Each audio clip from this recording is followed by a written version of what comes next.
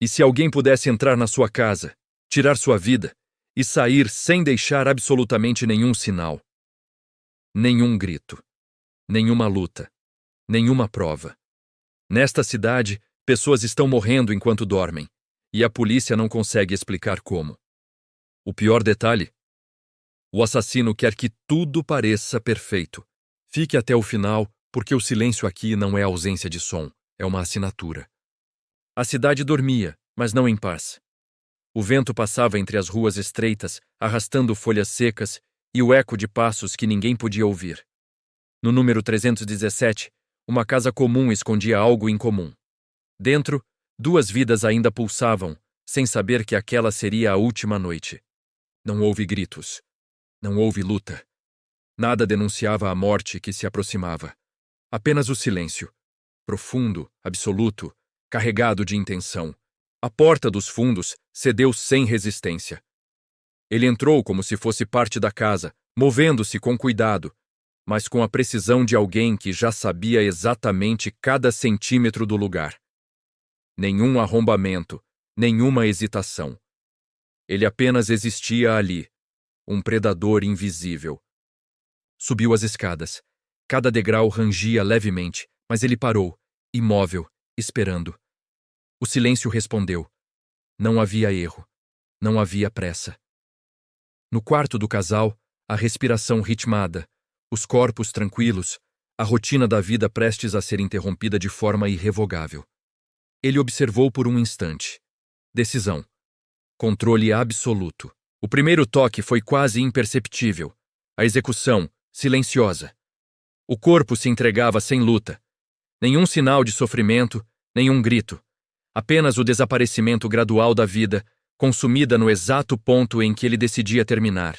Quando tudo acabou, a cama parecia intocada, o cobertor alinhado. A luz da lua atravessando a janela como se nada tivesse acontecido. Ele se levantou, deu um último olhar para as fotografias da estante, sorrisos congelados, aniversários, momentos felizes, e deixou um detalhe minúsculo, quase invisível, que apenas mais tarde revelaria a assinatura de sua presença. Ele desapareceu antes do amanhecer. Às 9h42, a vizinha notou o silêncio incomum e ligou para a polícia. A viatura chegou rapidamente, e o detetive Miguel Azevedo foi chamado. Um homem experiente, que já lidara com mortes violentas, mas nunca com algo assim. A casa parecia segurar a respiração, exigindo respeito, mesmo diante de toda a perícia.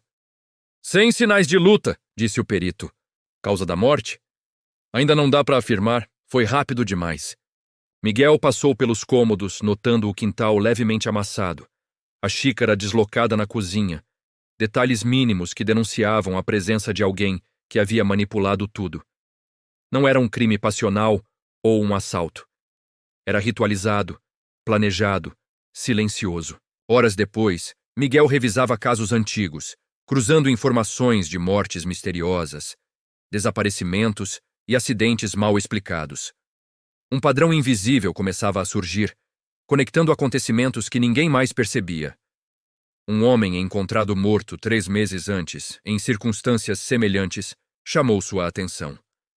Nenhum sinal de luta, nenhuma resistência, silêncio absoluto. Miguel sentiu o frio no estômago. Não era o começo, mas o aperfeiçoamento de algo maior. Enquanto isso, o assassino silencioso caminhava por corredores de um prédio antigo. Observava, aprendia, ajustava. Não precisava se esconder. O mundo não o via. Pessoas distraídas eram peças de seu tabuleiro. Ele não matava por ódio. Matava por controle, por silêncio, por arte invisível. Na noite seguinte, ele já tinha outro alvo. Ele observava, calculava, analisava cada passo. Nada era por acaso.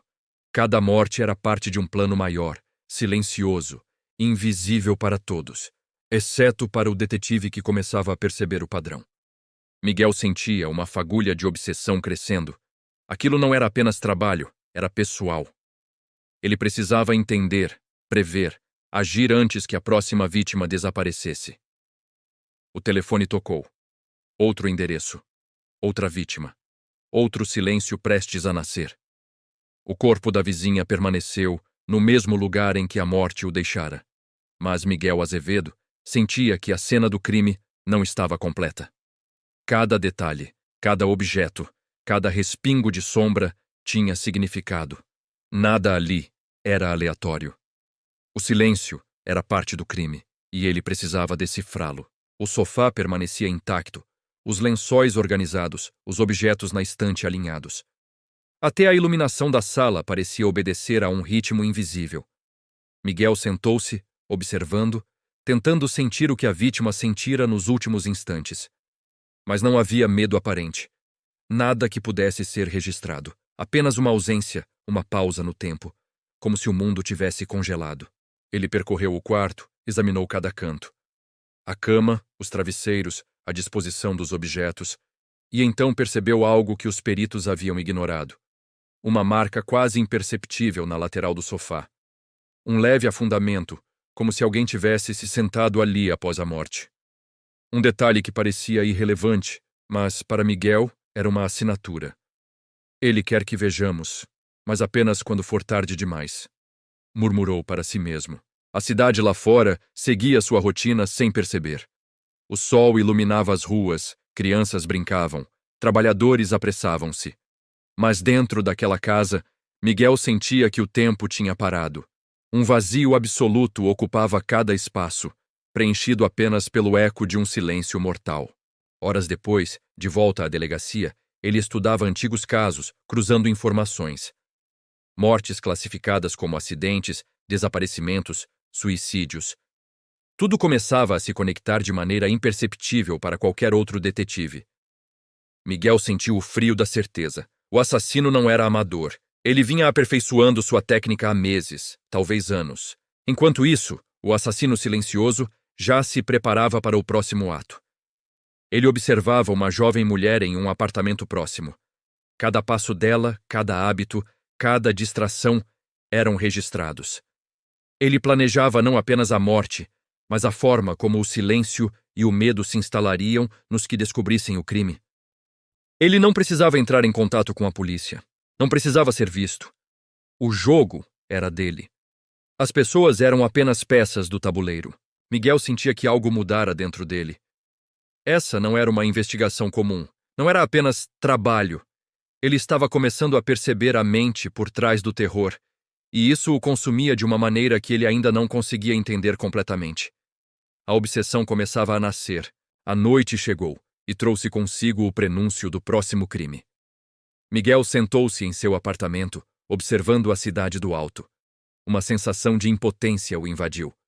Ele sabia que, se não fosse rápido, outra vida seria perdida. No outro lado da cidade, o assassino silencioso caminhava por corredores estreitos, observando, calculando, ajustando sua estratégia. Ele não sentia medo. Ele não precisava. O mundo não o via. Mas agora, por alguma razão, algo o intrigava. Ele sentiu que alguém, talvez Miguel, começava a enxergar além do óbvio. Um sorriso frio surgiu em seu rosto. O telefone tocou na delegacia. Um novo endereço. Uma nova vítima. Mais uma vez, o silêncio prestes a ser espalhado pela cidade. A noite avançava, e a cidade parecia se entregar a uma ilusão de normalidade.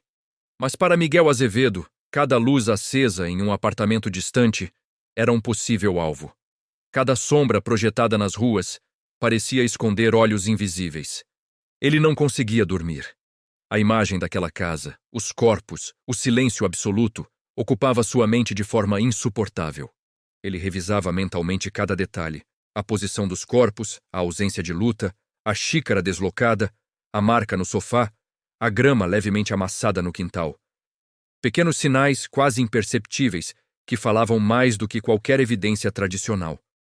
Um padrão estava surgindo diante de seus olhos e Miguel sabia que o próximo passo do assassino seria ainda mais ousado. Enquanto isso, o assassino silencioso se movia pela cidade. Ele não precisava se esconder, ninguém o via. Caminhou por ruas desertas, observando janelas iluminadas, estudando rotinas, calculando horários. Ele não matava por raiva, por vingança ou impulso. Matava para controlar, para espalhar o medo invisível, para deixar sua assinatura silenciosa e indelével. Ele já tinha o próximo alvo em mente.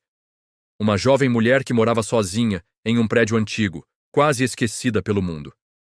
Ele estudava seus passos, seus horários, a forma como fechava a porta, a rotina noturna.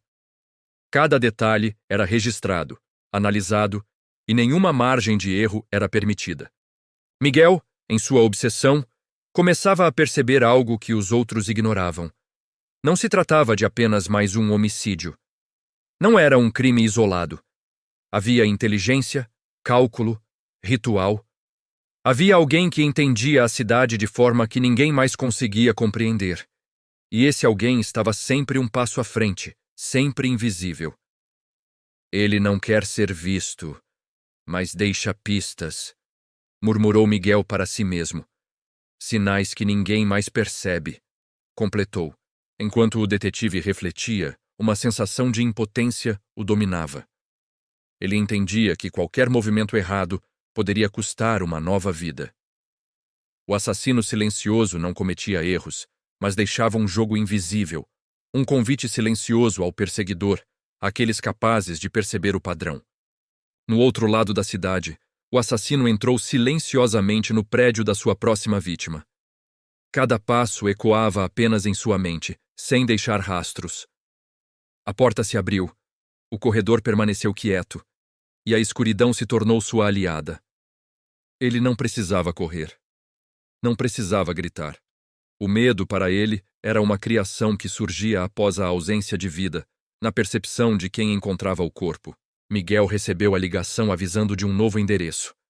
Outra vítima, outro silêncio. A conexão entre os crimes começava a se formar na mente do detetive, ainda que ninguém mais percebesse. Ele sentiu o aperto no peito, a tensão crescente. O assassino não apenas matava, ele provocava, desafiava, criava um padrão invisível que Miguel precisava decifrar antes que o próximo ataque acontecesse. A cidade dormia, alheia ao terror que se espalhava em sua sombra. Mas Miguel já não conseguia ignorar. Ele sabia que a única maneira de capturar o assassino seria enxergar o invisível, pensar como ele, antecipar o próximo movimento antes que o silêncio chegasse. E o silêncio estava apenas começando. Miguel Azevedo acreditava que estava seguindo pistas, mas a verdade é mais perturbadora. As pistas estão guiando ele. O assassino silencioso nunca age por impulso. Cada detalhe fora do lugar. Cada ausência de som é uma mensagem deixada apenas para quem sabe observar. E agora, Miguel percebe algo aterrador. O próximo crime já está em andamento.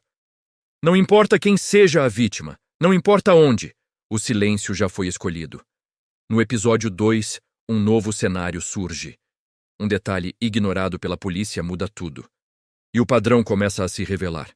Quando Miguel finalmente entender o que está sendo construído, talvez não exista mais tempo para impedir. Inscreva-se no canal e ative o sino, porque nesta cidade, o silêncio nunca espera.